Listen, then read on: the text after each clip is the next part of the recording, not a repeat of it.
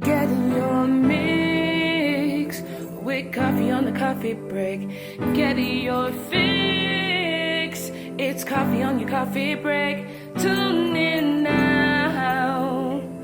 Coffee break. Hi, good evening, everyone, and welcome to another wonderful episode of the Coffee Break. I'm so excited for y'all to join us tonight. First of all, we want to remind you to share the video with all of your friends, invite them in to watch the Coffee Break tonight. So please share the video. If you happen to miss the live feed, you can always go to my YouTube channel, The Coffee Break, and watch it there as well. We always post it right after the live feed. A couple of hours later, it is on YouTube. And while you're there watching it, please subscribe to my YouTube channel and hit like on the videos. We appreciate you so much. We also want to remind you that sometimes some things are muted on Facebook because of copyright things and things like that. And so on the YouTube channel, though, they are not muted. So if you find something that you is not quite right on the live feed, just go to the YouTube channel and you'll be able to hear everything there. First of all, next week, our special guest is going to be the YouTube sensation, Rich Lux will be here. Yes, I finally got him on the show. So all of those Rich Lux fans that have come over to my channel and subscribed, we thank you so much. And he will be here next week up close and personal with Rich Lux. All right, tonight, our very first guest is a young man who jumped into the arena of entertainment probably about over 7 years ago because he was the first ever Mr. So You Think You Can Drag, MI, where he won at Meteor. And since then, he has gone on to create so many things for the drag king field of entertainment here in Houston. And that's why I simply call him the Drag King Extraordinaire. Ladies and gentlemen, please welcome, if you don't know him very well yet, you will know him after tonight. Please welcome Drag King Extraordinaire of Houston, Texas. This is Ian Cider-Blake. Hi, Ian. Hello, it is so good to see your beautiful self. Thank Those you. Those glasses look amazing on you, by the way. Thank you. I kind of like not try to match all my outfits and things like that with what I'm wearing, try to have some kind of statement to make or something like that. Oh my God. You look like a news anchor, so I'm here for it.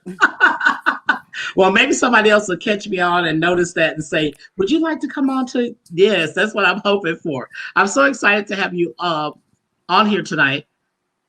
In the entertainment field of drag, so-called drag, there's many entities, especially now. And two of the newest entities we're covering tonight with our very special guest, Ian Cider-Blake, as far as the drag king industry goes. And you're going to know a lot more about that when we are finished with this interview. And then we're going to have Blackberry on the Bearded Beauty as well. So you're going to learn that the entertainment realm in the drag industry encompasses several different types of entertainment. So first of all, Ian, though, I know you really well. I know you because I was with you at the beginning of your career when you won Mr. So You Think You Can Drag at Meteor, and you just kind of hopped in there, and now you've exploded the drag king entertainment here in Houston. But a lot of our viewers may not know. So can you share with us a brief bio of Ian Cider-Blake? Absolutely. And first of all, thank you for having me on this show. I have had the opportunity to catch up on a few of the past episodes, and it's so exciting. I love the way you educate people about things like that. So you were there for my very first performance in drag ever. But since then, you were right about it. It's been almost 8 years now. I have had the opportunity to work so many stages across the entire country from performers all over the world. I am the current Mr. Texas US of A MI Classic simply meaning I am old, don't judge. I am a successful award-winning show director and host here in Houston as well. And people call me Houston's dad because I have found that there was a lack in our community for drag kings. And a lot of that was because they didn't feel comfortable getting up on stage alongside the queens. And I wanted to change that. So in addition to, winning titles and prizes and being recognized in so many different ways, I think that being Houston's dad is kind of my favorite title of all because it's something that was given to me by my community. And I just really hope I can continue that as time goes on. Well, I know you, and I don't think you have any. I don't think that would be a problem at all for you to continue the legacy you've already started. I don't think that would be a problem at all. Trust me. Thank you. So let's pretend that no one in our viewership has ever heard of the drag king form of entertainment. How would you explain it to them? Well, it's not as complex as everybody would think. So, drag kings traditionally, not always, but traditionally, were assigned female at birth or AFAB and perform more masculine energy on stage. Now, Mm, drag kings have been around just as long as queens, and the earliest that you could actually find in print was back in the early 1800s, referring to drag kings. And since then, it's been hard to get into the entertainment business as a whole, because it is very much a male dominated field. But we get on stage and do the exact same things that queens do, but from the opposite perspective. Now, masculinity is absolutely comes from all types and forms. So that's something that used to mean, rockabilly, very hyper masculine, but now right. it encompasses everything across the field. But long story short, if you see a man on stage, a boy on stage, a guy on stage, you can call them a king, and it's never offensive at all. Opposite is with the queen. You see a girl on stage, that's a queen. So where we may have different assigned genders at birth, some of us may transition. Long story short, from the makeup to the padding to the packing and tucking, we do everything queens do on the opposite end of the spectrum. Oh wow, wow. I mean, because I know that a lot of people. I mean, I've actually when I've hosted shows and I've booked, the drag kings and things like that, and people will ask me, well, what's the drag king and things like that. So I'm glad you took a moment to explain that because I think that will open a lot of open a door of understanding for a lot of people about exactly what it is. Now you've gone to the extent of even creating a boot camp I for have. drag kings, where on Sunday afternoons or Sunday evenings, you have a boot camp where they can ask all kind of questions. Can you expound on that a little bit and tell us what all that, the drag king boot camp? I think we might need to do one of those for the drag queens too. So, Well, I'm so glad you brought that up because it's something that I'm really passionate about. Thanks to, COVID and the quarantine, we are digital now. This is our fourth Drag King Boot Camp. And I just want to start off by saying that while it is focused on kings and masculine entertainment, it absolutely is for everyone and anyone. So if you're interested, come find me on Facebook. Now, the reason that this started is I noticed when I was coming up in my early years, everything that I learned from queens. We don't have any legendary kings in our community because none of us had been around long enough at that time. So we right. had to learn as we went and learn from each other. And there are many things that I know now, almost 8 years in, that I really wish I knew in the beginning. Trust me, Coffee, how long did you see me in Walmart drag before somebody told me about myself? No stones, no nothing. So I wanted there to be a place for drag kings to go when they're just beginning in the entertainment industry to learn all of these lessons that we would traditionally learn from our drag mothers or our drag fathers, because we don't have those legends to look up to here in Houston, but really, honestly, across the world, kings have, had some trouble, hitting it hard. So, there are lessons. It's 9 weeks of courses, everything from social media and marketing. We now have a new class that is for digital drag and pre-recorded shows and Oh getting wow. bookings during the pandemic. We have makeup and and personal hygiene. We have costuming. Literally, if there's anything you want to know about being a drag king, it's covered in those classes. And with this being the fourth season of it, we've polished it after a while. So I like to tell people when they do graduate, and yes, there is a final. I no longer call them baby kings. They become drag princes at that point, and they are ready to pursue careers with all of the knowledge that they would need to be professional, bookable entertainers. I think that's absolutely amazing because, like I said, I mean, seriously, there really should be something like that for the drag queens as well, because that, there's basic elements to entertainment that works on both sides of the fence. There's basic elements of that. So on the boot camp, when is that on Sunday evenings? It is right now. This session is on Sunday. This coming Sunday will be our third week, and I am happy to share notes and catch everybody up. You can also find the previous weeks on my Facebook timeline. I do share those videos, and I don't play music so that they don't get muted because fair use, we Yeah, don't know her. yeah. But most of the lessons are across the board for all newer entertainers and even some seasoned that just maybe didn't have a hand up as they went. The only things that are really geared towards kings are the costuming and the makeup classes. But even in the makeup classes, we teach you how to take care of your skin, what types of products to use, the joys of primer, because trust me, I wish some of these babies knew. But yeah, I think that send those queens to us, send those non-binary entertainers to us, because there's a lot that they would really be able to find out and learn from these classes as well. Wow, that's absolutely, that's wonderful. I gotta watch my amazings tonight because my brother who lives in Italy, Stan, he says, "Oh, you were amazing to death." Because I was some episode I was like going amazing, amazing, amazing, amazing, but everything was amazing, so I was amazed. I call So, all performers that I introduce my favorite, but I mean it because they really are. So if it's amazing, just say amazing. so see, Stan, I'm not the only one that's got a word that they use like that. Okay, I'm Mhm. sure he'll be watching this tonight, and I hope that all of your future drag kings and the ones that are in your boot camp, I hope they are tuning in tonight too, to watch you as well. Absolutely, they will be. To know that they can get caught up if they haven't been part of the boot camp.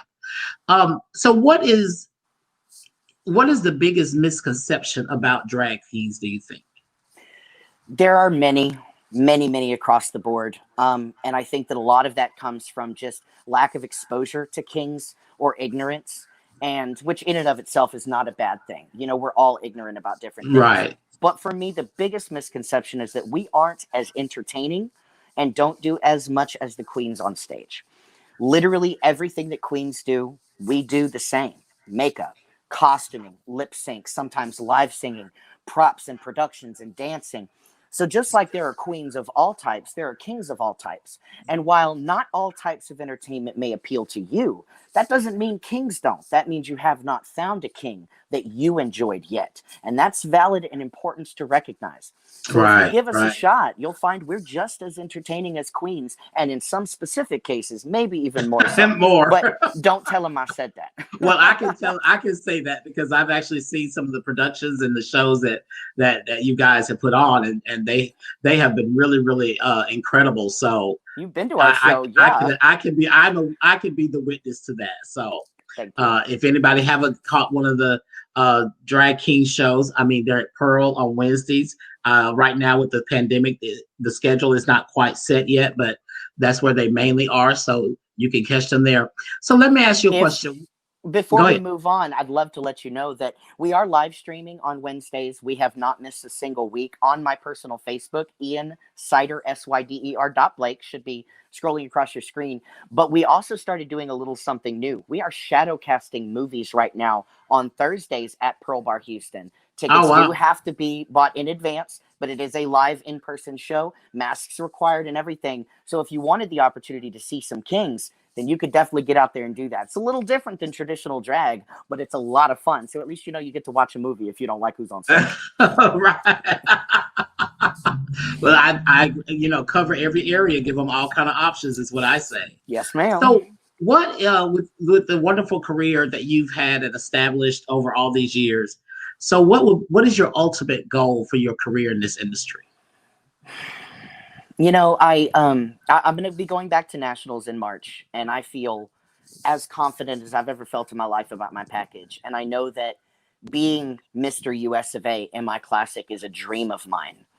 But when you consider ultimate goals, I was told early on in my career that very early on that that kings had no future in this industry and that I should just quit before I get too into it. And because of that, I'm grateful for it in a way, because it's driven me to continue even when things were hard and the bookings were few and far between and people didn't understand or, told me, oh, we just don't want kings. So if I had one ultimate goal for my career is by the time I retire, I don't ever want to be forgotten and I don't ever want to be the last king.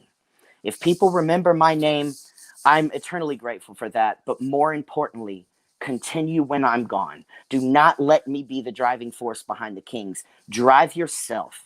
Love yourself. Live for your own performances. Don't let me be your inspiration or the reason you continue. Just take what I've done and make it bigger and better. Like, if people forget me because y'all have been better than me, do it. Let them forget my name. You know, that's like secondary.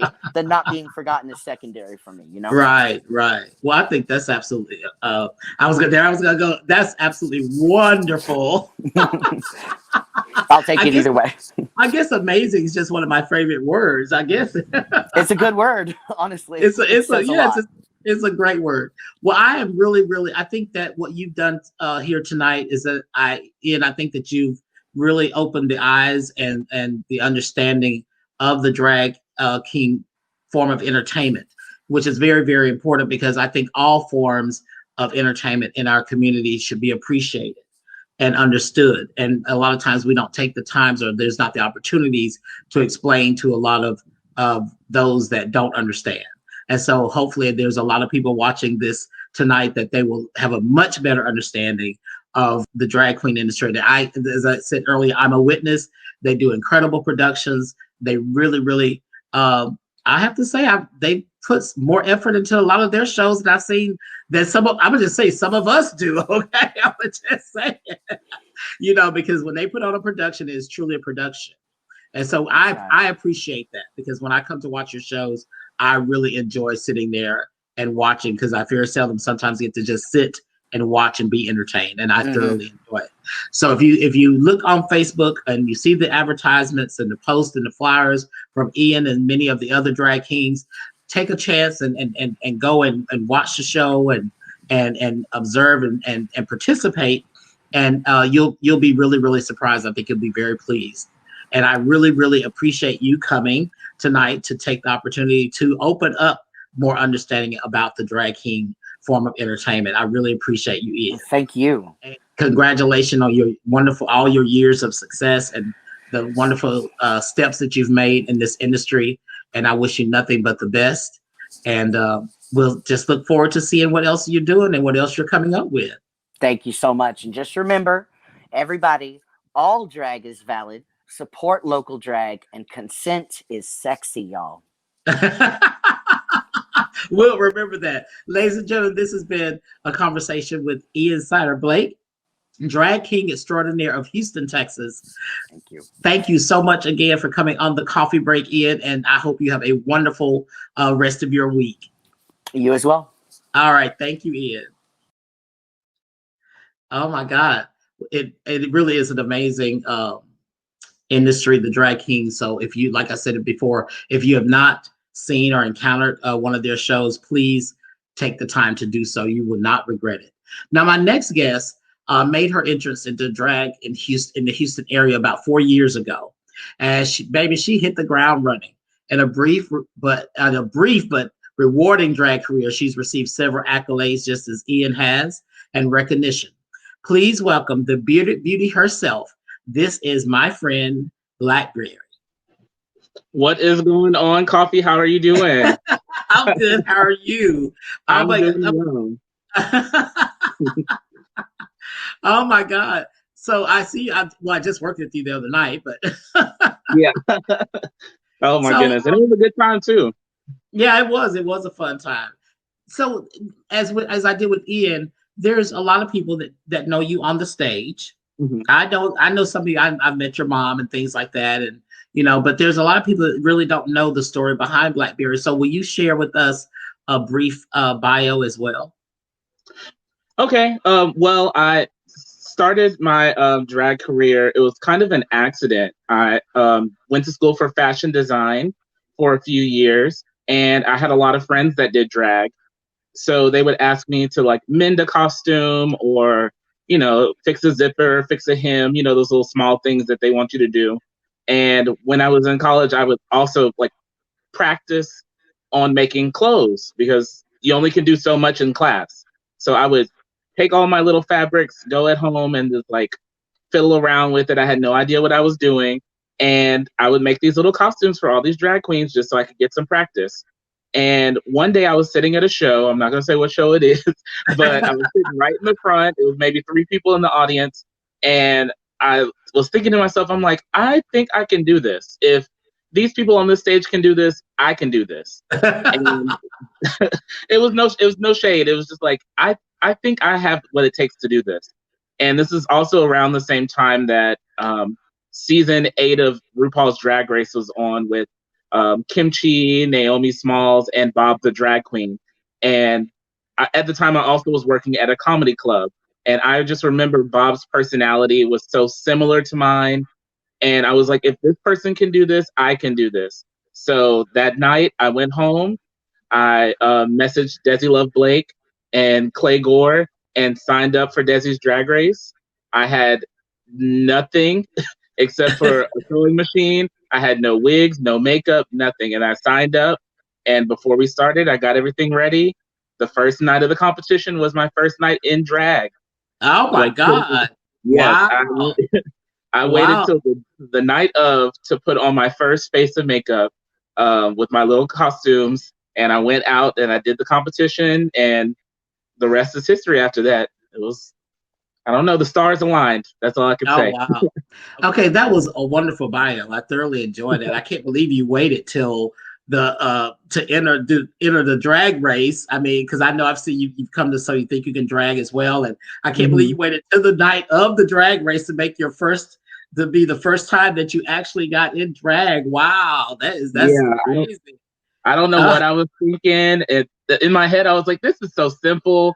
Child, just put it on. You'll figure it out. And I was in for a rude awakening. But every day after that, for probably about 2 months, I would get in drag every night. After work or after school or whatever, I would get in drag and then practice until I got a little bit better. And it got worse.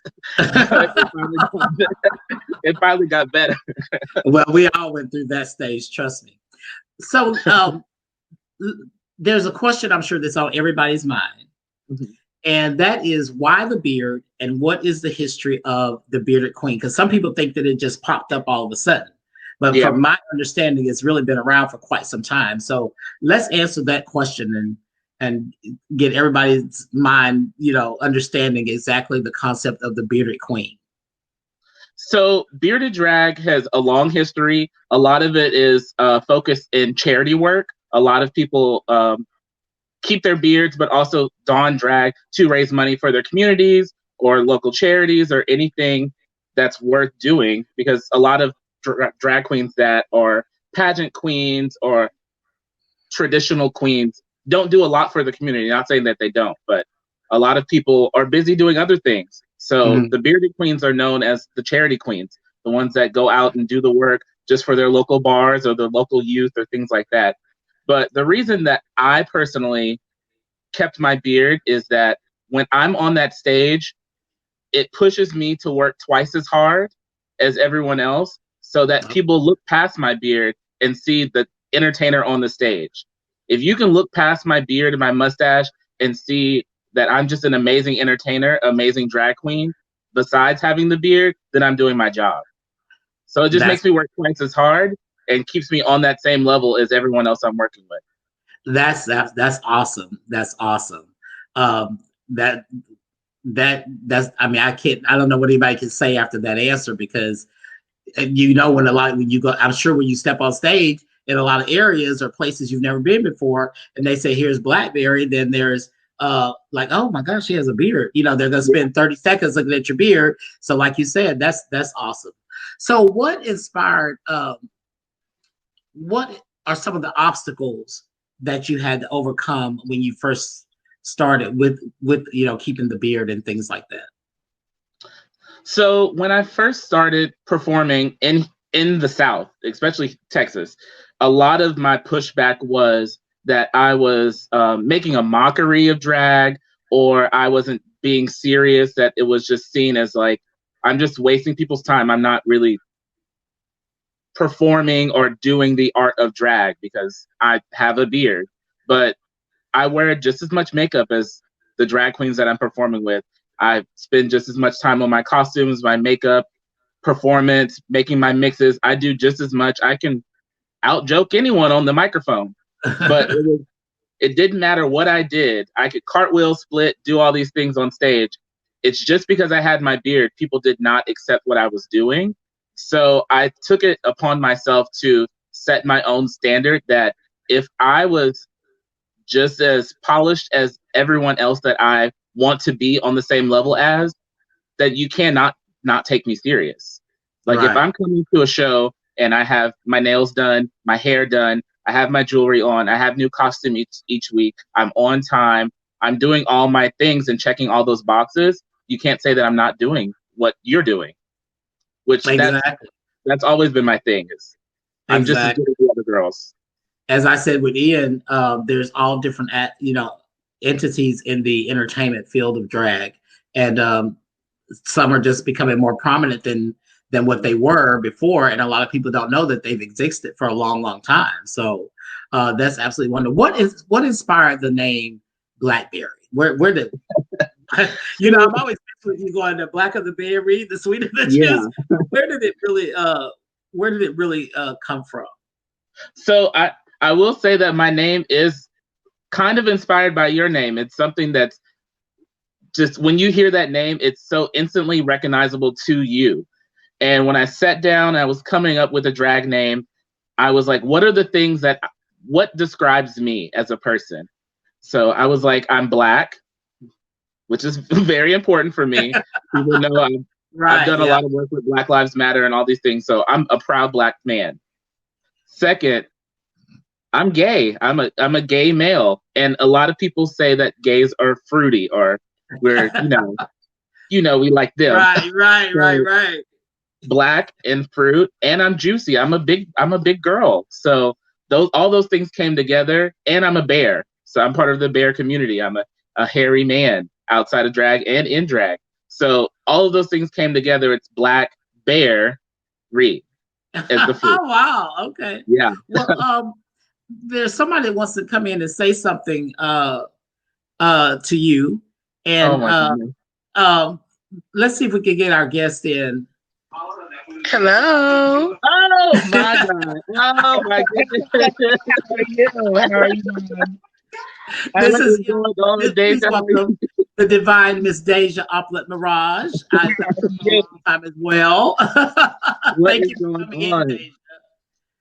Thank you so much for coming in. Thank you so much for having me. Really quickly, thank you. You know how much I live for you. Love what you're doing. I think it's an absolutely amazing platform. This is a sickening thing for you.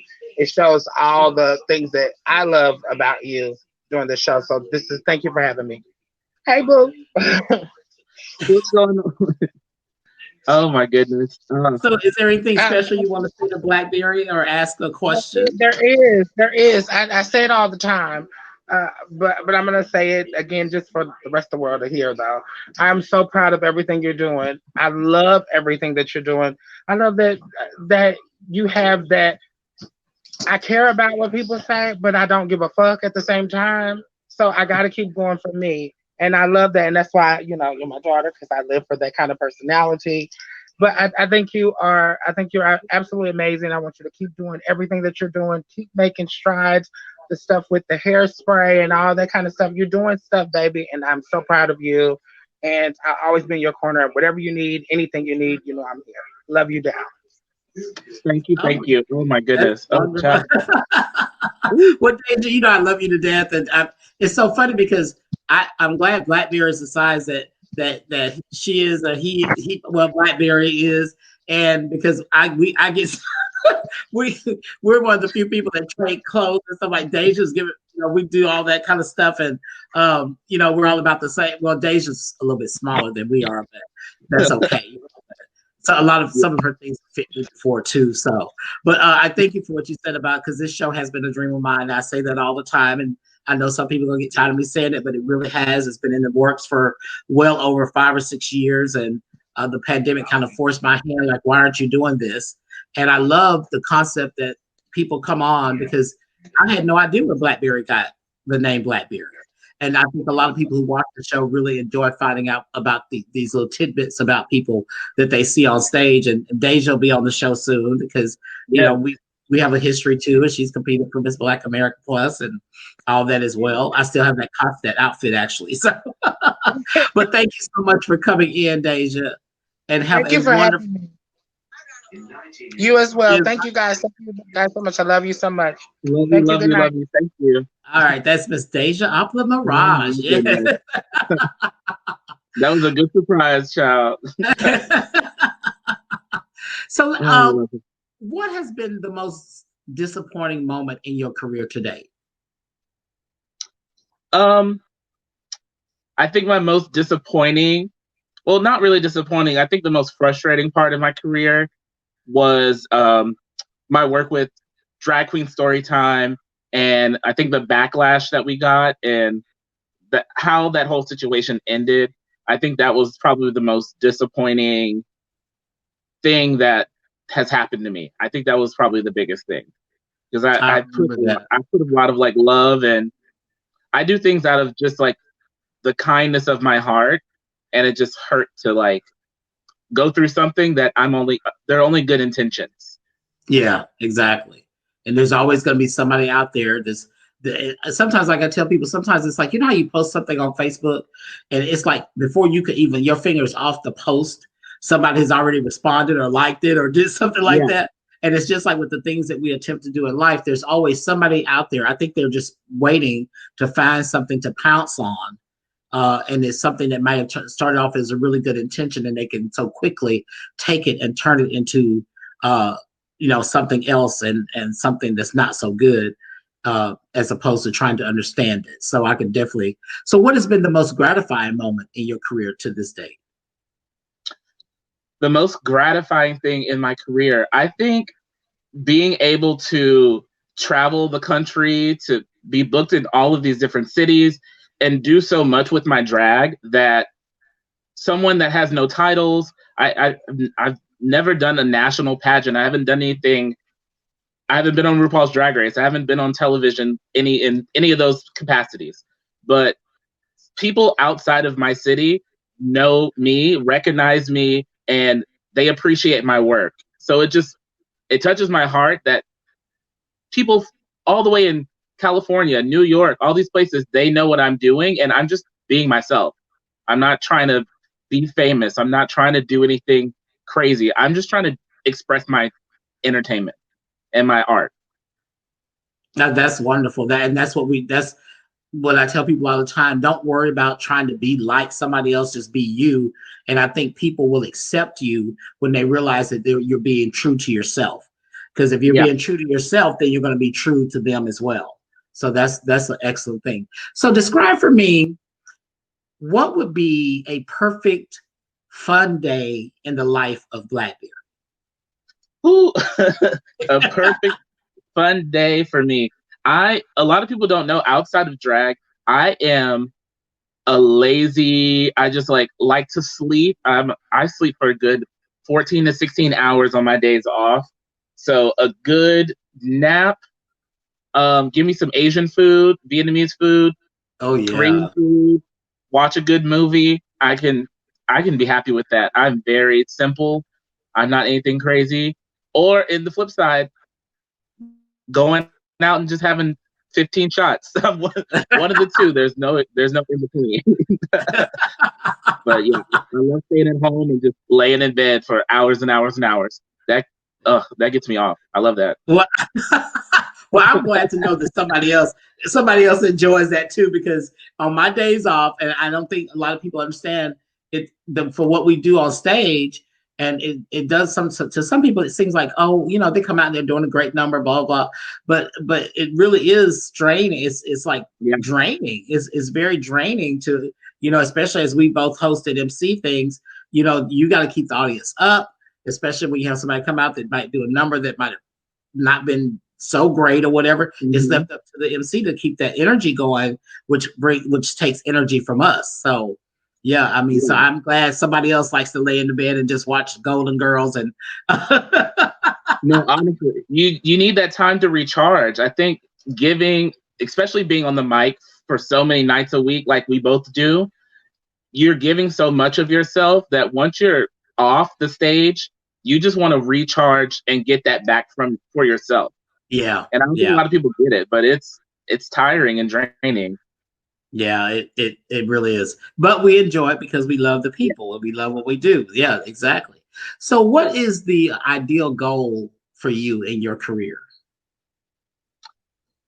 I think my end goal with drag is I just want to make a difference in my community, which a lot of people don't know. I do so much charity work with the Montrose Center, Montrose Grace Place. I do all of these things. Right now I'm working with Drag Out the Vote.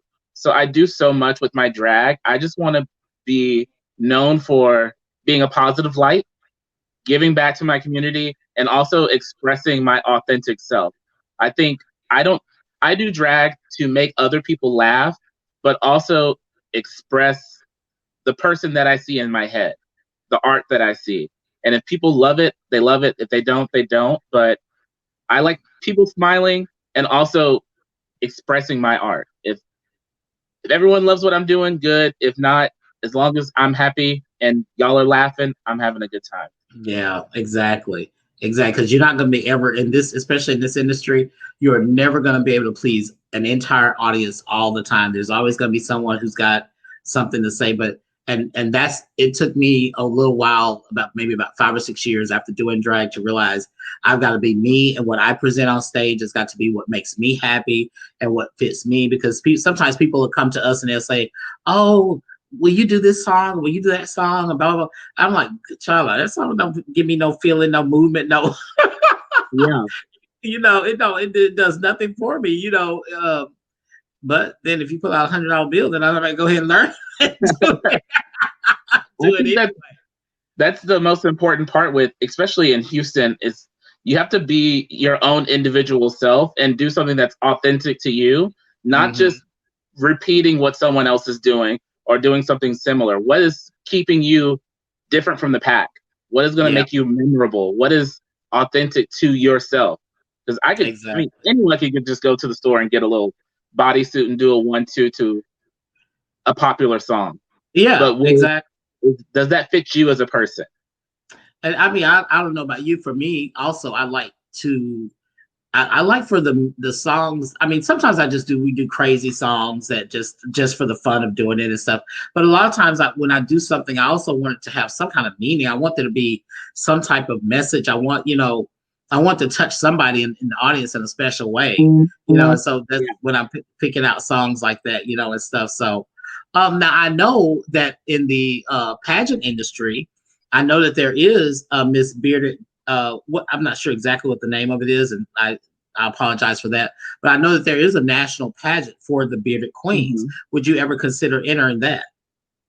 I actually, right before COVID, I competed for Miss Texas Bearded Queen in Dallas at the Roundup, and I was first runner-up. Oh, wow. I had an amazing time doing it. I'm qualified to go to National Bearded Queen in 2021. I think it's in July, but I want to say I'm not the most competitive person. I don't do things to compete with other people. I like to do my own. I'm very punk rock like that. You can ask my parents, everybody. When I was growing up, if you tell me to do something, I'm going to do the complete opposite and do it twice as hard. So I think pageants, I appreciate pageants. I love going to pageants. I love watching them. I love pageant systems. I'm still not sure yet if that's something that is for me, because I don't do drag to compete with others. I do it, which I know that's not what pageants are 100% about. Oh, but I understand exactly what you're saying. Yeah, exactly. I mean, I think I said this, I don't know if it was last week or whatever on the show, but I actually did drag for 10 years before I even considered entering a pageant.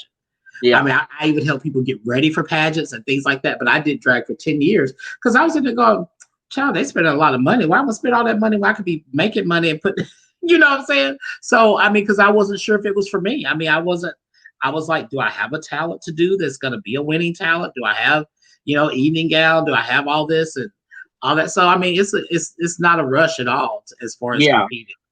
But I mean, I think you would make a great representative if you happen to go and win National Bearded Queen. I think you'll make a great representative. So we've talked about a lot of things. I know your family is very important to you too. And they're very accepting of you. So how does that feel to have such a wonderful family that accepts you for everything that you are? I think it was a long road. Most people don't know I'm 30 years old. It's been a long time since I was actually outed when I was younger. This is my senior year of high school, and it was a long road because I grew up in a very religious home. But the place that I am with my family right now is the best. No one could ask for more. My mom comes to almost every show. My brothers and sisters, they help me with performances. During COVID, my 13-year-old brother has been helping me edit things, setting up my green screen, all kinds of stuff. My dad, who lives in Louisiana right now, he has come down to visit and watch shows. My grandparents, everyone has been so supportive for my art because I think it's because they know that I enjoy what I'm doing and I'm doing a good job doing it. And I'm doing it for good intentions. It's not like I'm just going out and being a hot mess. They see the Right. good and the end goal of what I'm Yeah. doing with my drag.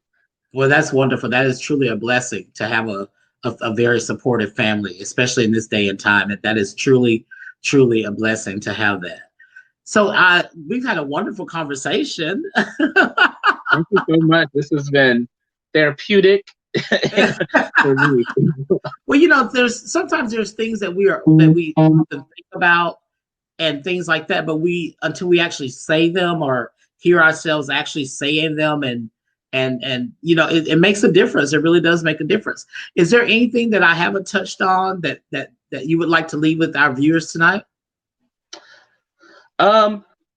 Honestly, go out and vote. Register to vote. Please register to vote, ladies and gentlemen. Yes. Please register to vote. I think that's the most important thing. We have to use our voices. With drag, I try to do as much as I can to make a difference every day, whether it's something small or something big. Go out and register to vote. Right. And go to the polls. Exactly. No matter who you're voting for, please use your right. Just vote. Exactly. Well, Blackberry, it has been a pleasure having this conversation with you. And I thank you so much for taking time out of your schedule to come and sit and talk to me at the coffee break. Anytime. Thank you for having me. And yeah, y'all catch us on a Tuesday night at JR. Yes, we're together on Charlie.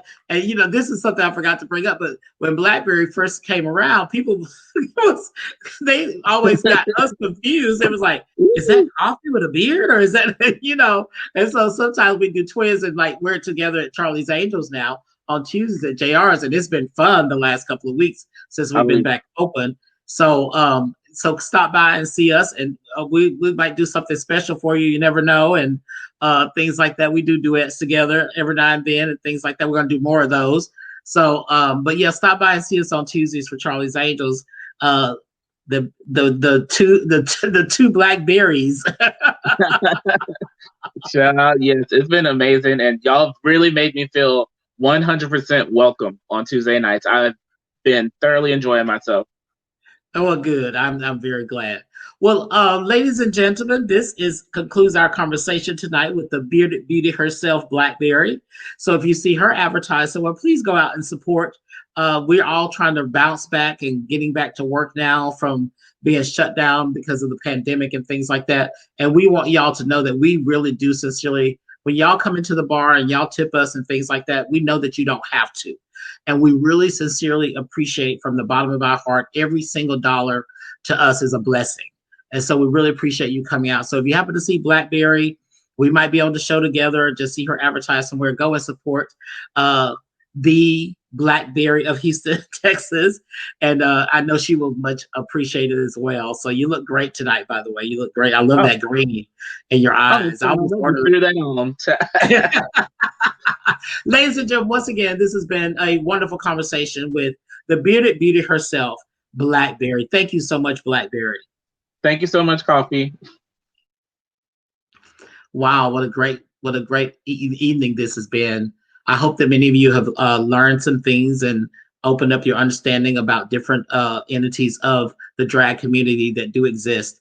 And there's room for everybody and all types of form of entertainment in the drag community, and everybody's welcome. Whatever you feel your gift is, or your style is, or your talent is, feel free to come in and express yourself and be a part of our drag community. As always, here at the Coffee Break, we want to remind you to please stay safe. COVID is still out there. I know there's some people that's acting like it's not, but it's still out there and it's still very, very real. So please stay safe. Wear your mask. Social distance. Some of the bars are opening back up now, you know, with the food trucks and things like that. But when you come in, please be respectful of other people's spaces. And let's keep everybody safe. Wash your hands and all the things that we know that we need to do. Always remember to vote. Make sure you remember to vote. Early voting starts on October 13th. I can't emphasize that enough. October 13th starts early voting. If you don't think you're going to be able to vote on November the 3rd, please go, and you have a certain period of time to go and early vote. And if I'm not mistaken, if I'm wrong, somebody just politely correct me. But during early voting, I don't think you have to necessarily go to your assigned precincts. I think that you can go to wherever they're doing early voting and vote. So if you want to do that, please make sure you do that. And again, that starts October 13th. It's imperative that we all exercise our right to vote. Once again, here at the Coffee Break, the brew is always better and it's always different. And remember, it is always good to the last drop. Thank you again for tuning in to another wonderful episode of the Coffee Break.